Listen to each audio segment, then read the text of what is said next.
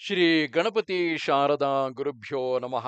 ಶ್ರೀರಾಮ ರಾಮ ರಾಮೇತಿ ರಮೇ ರಾಮೇ ಮನೋರಮೆ ಸಹಸ್ರನಾಮ ತತ್ತುಲ್ಯಂ ರಾಮನಾಮ ವರಾನನೆ.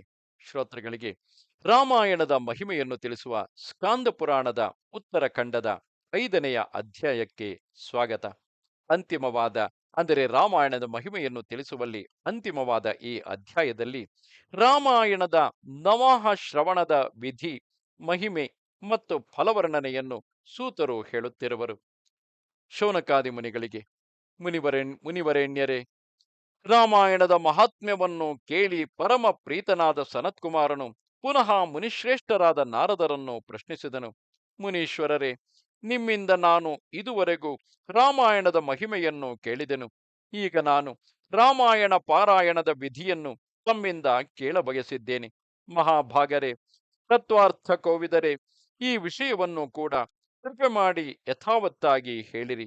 ಆಗ ನಾರದರು ಹೇಳುತ್ತಾರೆ, ಸನಕಾದಿ ಮುನಿಗಳೇ, ನಾನೀಗ ಹೇಳದಿರುವ ರಾಮಾಯಣ ಪಾರಾಯಣದ ವಿಧಿಯನ್ನು ಏಕಾಗ್ರ ಚಿತ್ತರಾಗಿ ಕೇಳಿರಿ.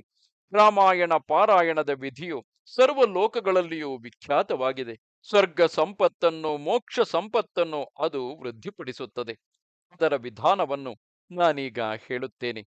ರಾಮಾಯಣದ ಕಥೆಯನ್ನು ಹೇಳುವವನು ಮತ್ತು ಕೇಳುವವನು ಭಕ್ತಿ ಭಾವದಿಂದ ಭಾವಿತನಾಗಿ ಈ ವಿಧಾನವನ್ನು ಅನುಸರಿಸಬೇಕು.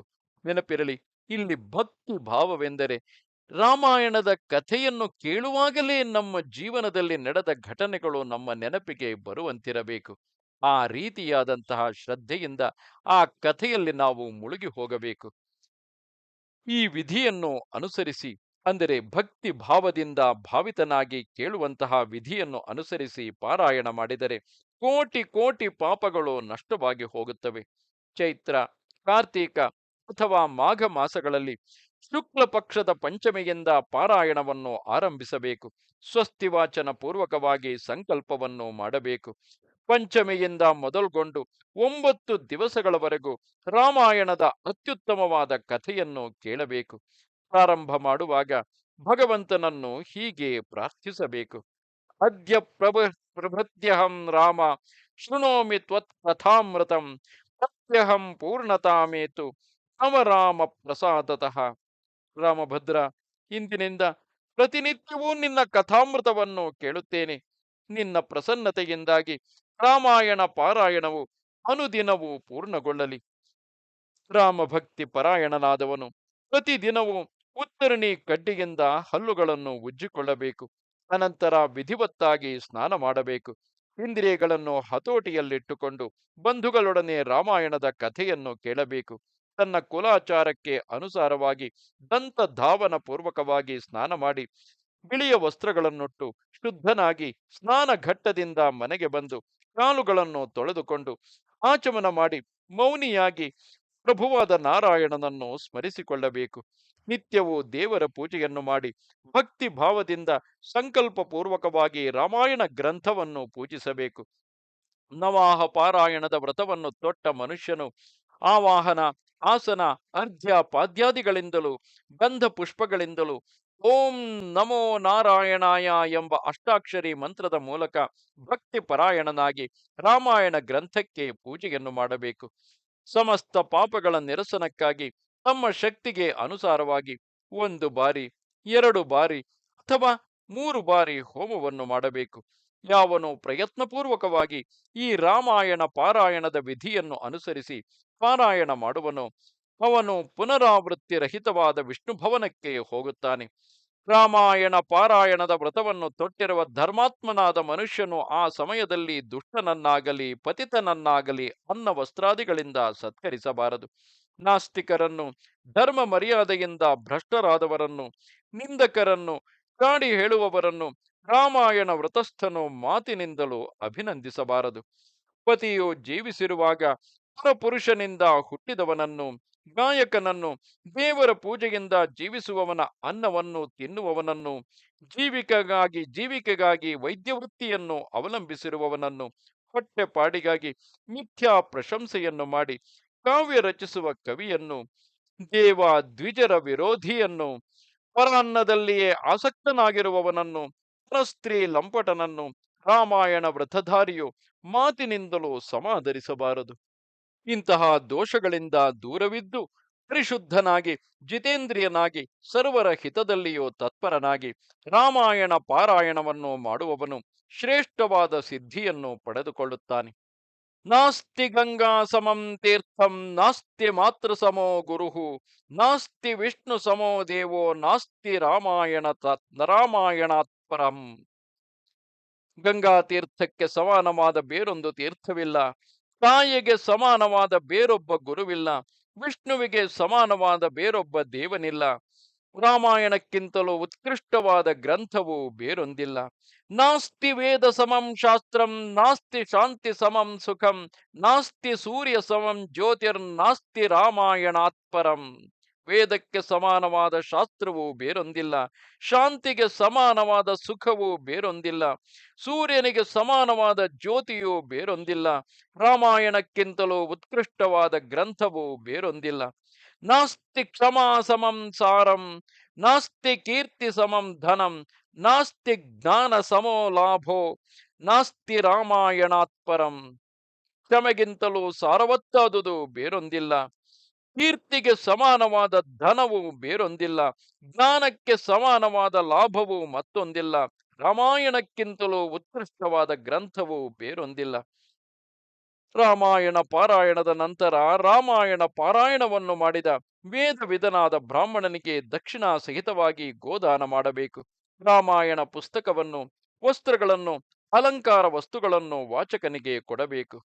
ನಾರಾಯಣಂ ಪುಸ್ತಕಂಯೋ ವಾಚಕಾಯ ಪ್ರಯಚ್ಛತಿ ಸಯಾತಿ ವಿಷ್ಣು ಭವನಂ ಯತ್ರ ಗತ್ವಾ ನ ಶೋಚತೆ. ರಾಮಾಯಣ ಪುಸ್ತಕವನ್ನು ವಾಚಕನಿಗೆ, ಅಂದರೆ ರಾಮಾಯಣ ಪಾರಾಯಣ ಮಾಡುವವನಿಗೆ ಯಾವನು ಕೊಡುತ್ತಾನೋ ಅವನು ಶೋಕರಹಿತವಾದ ವಿಷ್ಣುವಿನ ಸ್ಥಾನಕ್ಕೆ ಹೋಗುತ್ತಾನೆ.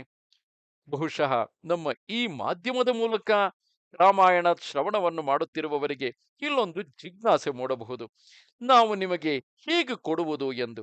ನೆನಪಿರಲಿ, ನೀವು ಪರಮ ಶ್ರದ್ಧೆಯಿಂದ ರಾಮಾಯಣ ಶ್ರವಣವನ್ನು ಮಾಡುವುದೇ ಒಂದು ಮಹತ್ತರವಾದ ದಕ್ಷಿಣೆ.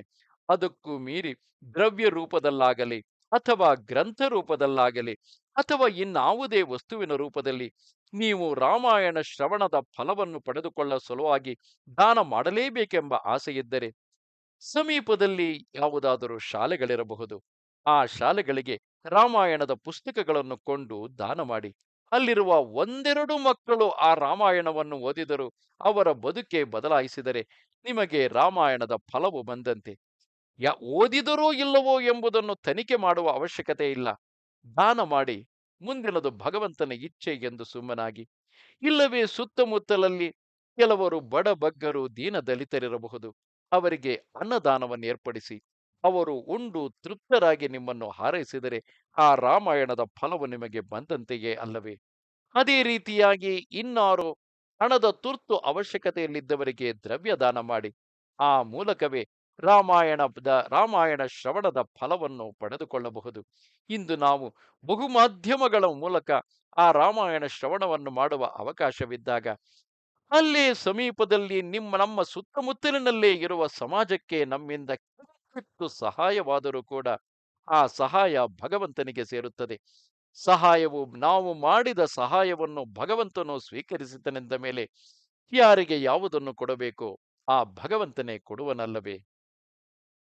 ಧರ್ಮಾತ್ಮರಲ್ಲಿ ಶ್ರೇಷ್ಠನಾದ ಸನತ್ಕುಮಾರನೇ, ನಾರದರು ಮುಂದುವರೆದು ಹೇಳುತ್ತಿರುವರು, ನವಾಹ ಪಾರಾಯಣವನ್ನು ಮಾಡುವವನಿಗೆ ಅಥವಾ 9 ದಿವಸಗಳು ರಾಮ ಕಥೆಯನ್ನು ಕೇಳುವವನಿಗೆ ಲಭಿಸುವ ಫಲವನ್ನು ಹೇಳುವೆನು ಕೇಳು. ಪಂಚಮೆಯಿಂದ ಪ್ರಾರಂಭಿಸಿ ರಾಮಕಥಾಮೃತವನ್ನು ಶ್ರವಣ ಮಾಡಿದ ಮಾತ್ರದಿಂದಲೇ ಮನುಷ್ಯನು ಸಮಸ್ತ ಪಾಪಗಳಿಂದಲೂ ಮುಕ್ತನಾಗುತ್ತಾನೆ. 2 ಬಾರಿ ನವಾಹ ಪಾರಾಯಣವನ್ನು ವಿಧಿವತ್ತಾಗಿ ಮಾಡಿದರೆ ಪುಂಡರೀಕ ಯಾಗವನ್ನು ಮಾಡಿದ ಫಲವು ಲಭಿಸುತ್ತದೆ. 4 ಬಾರಿ ರಾಮಕಥಾಮೃತವನ್ನು ಏಕಾಗ್ರಚಿತ್ತನಾಗಿ ಭಕ್ತಿ ಭಾವದಿಂದ ಕೇಳಿದರೆ 8 ಅಗ್ನಿಷ್ಟೋಮಗಳನ್ನು ಮಾಡುವುದರಿಂದ ದೊರಕುವ ಫಲವು ಲಭಿಸುತ್ತದೆ.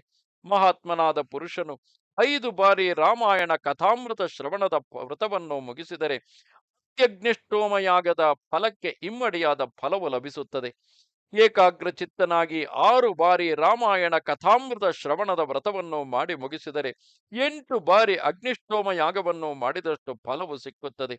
ಹೆಂಗಸಾಗಲಿ ಗಂಡಸಾಗಲಿ 8 ಬಾರಿ ರಾಮಾಯಣ ಕಥಾಮೃತ ಶ್ರವಣದ ವ್ರತವನ್ನು ಮುಗಿಸಿದರೆ 5 ಬಾರಿ ನರಮೇಧಯಾಗ ಮಾಡಿದ ಫಲವು ಲಭಿಸುತ್ತದೆ. ಹೆಂಗಸಾಗಲಿ ಗಂಡಸಾಗಲಿ 9 ಬಾರಿ ರಾಮಕಥಾಮೃತ ಶ್ರವಣವನ್ನು ಮಾಡಿದರೆ 3 ಬಾರಿ ಗೋಮೇಧ ಯಜ್ಞವನ್ನು ಮಾಡಿದ ಫಲವು ಲಭಿಸುತ್ತದೆ.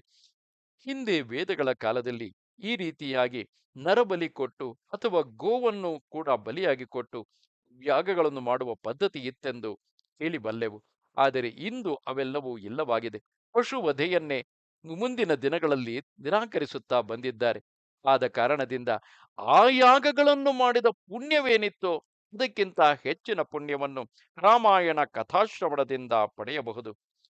ಹೆಂಗಸಾಗಲಿ ಗಂಡಸಾಗಲಿ 9 ಬಾರಿ ರಾಮಕಥಾಮೃತ ಶ್ರವಣವನ್ನು ಮಾಡಿದರೆ 3 ಬಾರಿ ಗೋಮೇಧ ಯಜ್ಞವನ್ನು ಮಾಡಿದ ಫಲವು ಲಭಿಸುತ್ತದೆ. ಶಾಂತ ಚಿತ್ತನಾಗಿ ಜಿತೇಂದ್ರಿಯನಾಗಿ ಯಾವನು ರಾಮಾಯಣ ಮಹಾಯಜ್ಞವನ್ನು ಮಾಡುವನೋ ಅವನು ಪರಮಾನಂದಮಯವಾದ ಶೋಕರಹಿತವಾದ ವಿಷ್ಣು ಪದಕ್ಕೆ ಹೋಗುತ್ತಾನೆ. ಅನುದಿನವೂ ರಾಮಾಯಣ ಪಾರಾಯಣ ಮಾಡುವವರು ಅಥವಾ ರಾಮ ಕಥಾಮೃತವನ್ನು ಕೇಳುವವರು, ಗಂಗಾ ಸ್ನಾನ ಮಾಡುವವರು, ಧರ್ಮ ಮಾರ್ಗದ ಉಪದೇಶಕರು ಮುಕ್ತಿಯನ್ನು ಹೊಂದಿಯೇ ಹೊಂದುತ್ತಾರೆ. ಇದರಲ್ಲಿ ಸಂಶಯವೇ ಇಲ್ಲ. ಯತಿಗಳು, ಬ್ರಹ್ಮಚಾರಿಗಳು ಮತ್ತು ಶ್ರೇಷ್ಠ ಯೋಧರು 9 ದಿವಸಗಳು ರಾಮಾಯಣ ಕಥಾಮೃತವನ್ನು ಕೇಳಬೇಕು. ರಾಮ ಕಥೆಯನ್ನು ಅತ್ಯಂತ ಭಕ್ತಿಭಾವದಿಂದ ಕೇಳಿದ ಮನುಷ್ಯನು ಮಹಾ ತೇಜಸ್ವಿಯಾಗುತ್ತಾನೆ.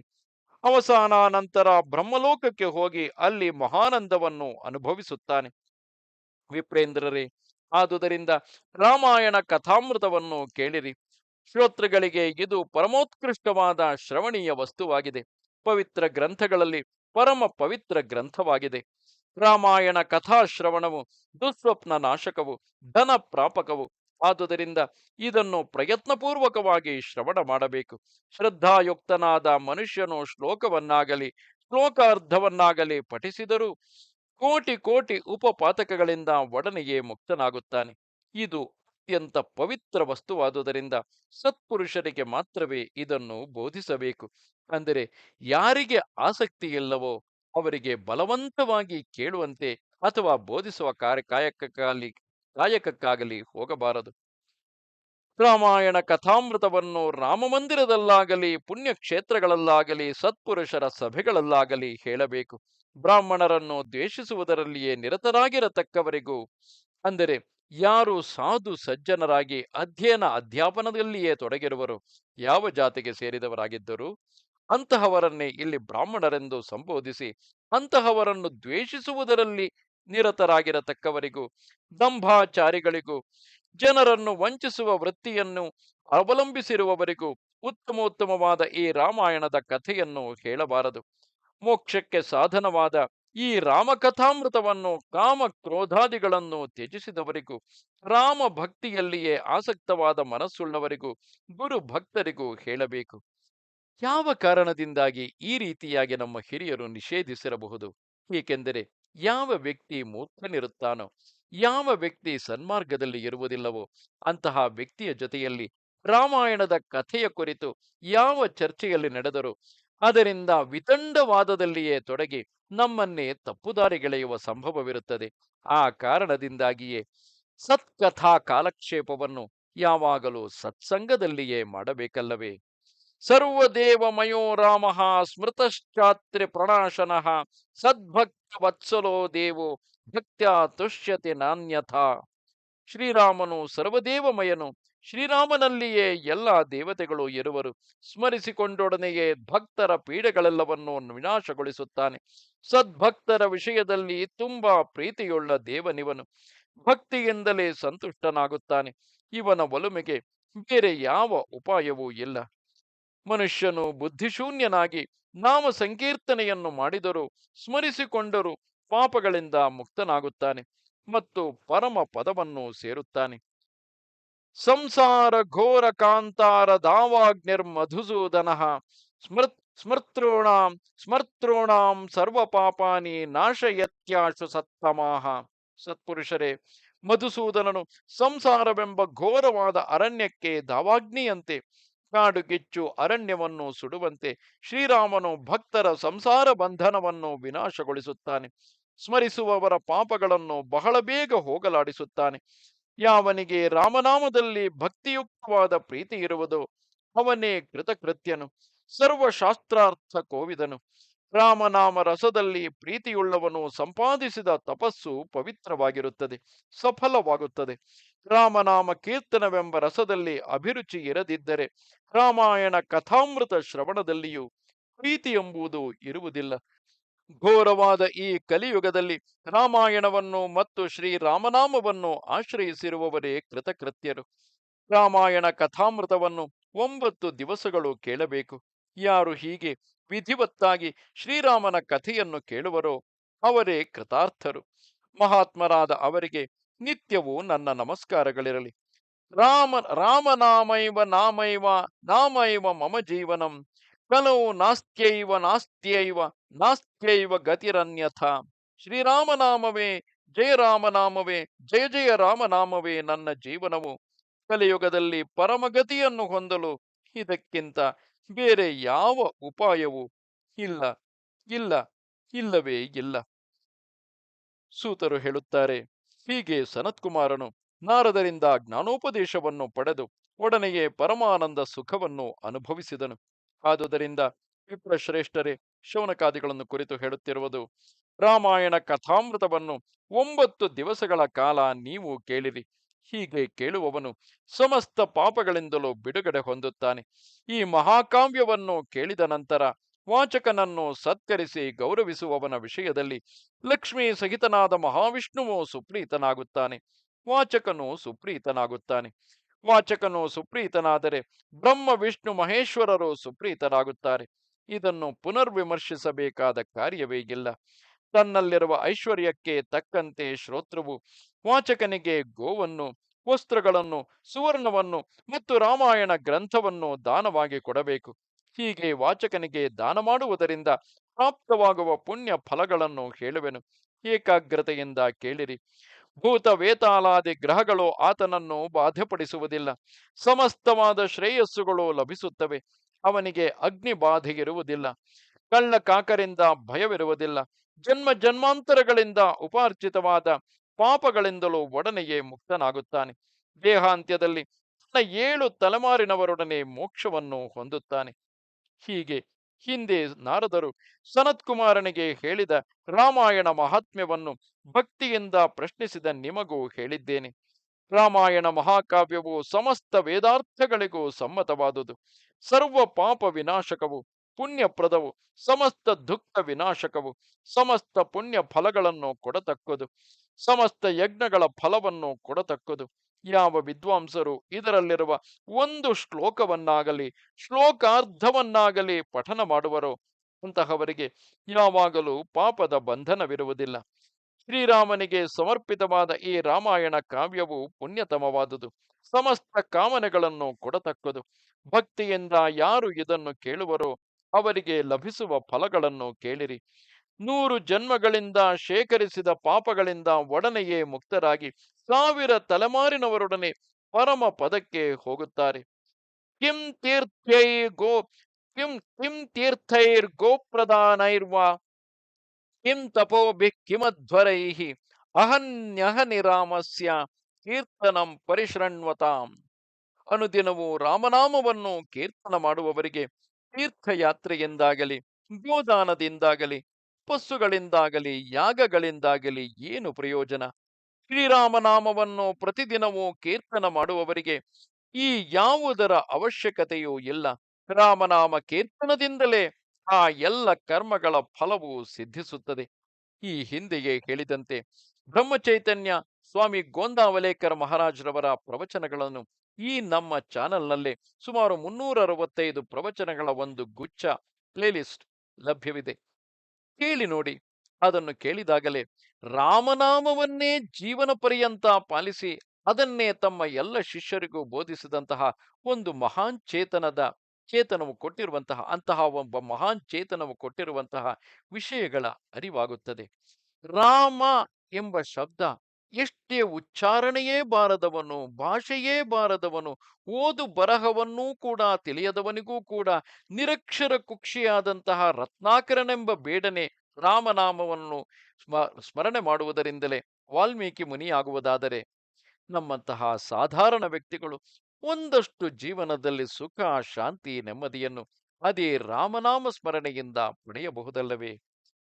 ಚೈತ್ರ, ಕಾರ್ತೀಕ ಮತ್ತು ಮಾಘ ಮಾಸಗಳ ಶುಕ್ಲ ಪಕ್ಷದಲ್ಲಿ ರಾಮ ಕಥಾಮೃತವನ್ನು 9 ದಿವಸಗಳವರೆಗೆ ಕೇಳಬೇಕು. ಶ್ರೀರಾಮ ಕಥಾಮೃತ ಶ್ರವಣವು ಶ್ರೀರಾಮಚಂದ್ರನ ಅನುಗ್ರಹವನ್ನು ಸಿದ್ಧಿಸಿಕೊಡುತ್ತದೆ. ರಾಮ ಭಕ್ತಿಯನ್ನು ಹೆಚ್ಚಿಸುತ್ತದೆ. ಸಮಸ್ತ ಪಾಪಗಳನ್ನು ಹೋಗಲಾಡಿಸುತ್ತದೆ. ಸಮಸ್ತವಾದ ಸಂಪತ್ತನ್ನು ವೃದ್ಧಿಗೊಳಿಸುತ್ತದೆ. ಯಸ್ತ್ವೇತ್ ಶೃಣಯಾದ್ವಾಪಿ ಪಠೇದ್ವಾ ಸುಸಮಾಹಿತಃ ಸರ್ವ ಪಾಪ ವಿನಿರ್ಮುಕ್ತೋ ವಿಷ್ಣುಲೋಕಂ ಸಗಚ್ಚತಿ.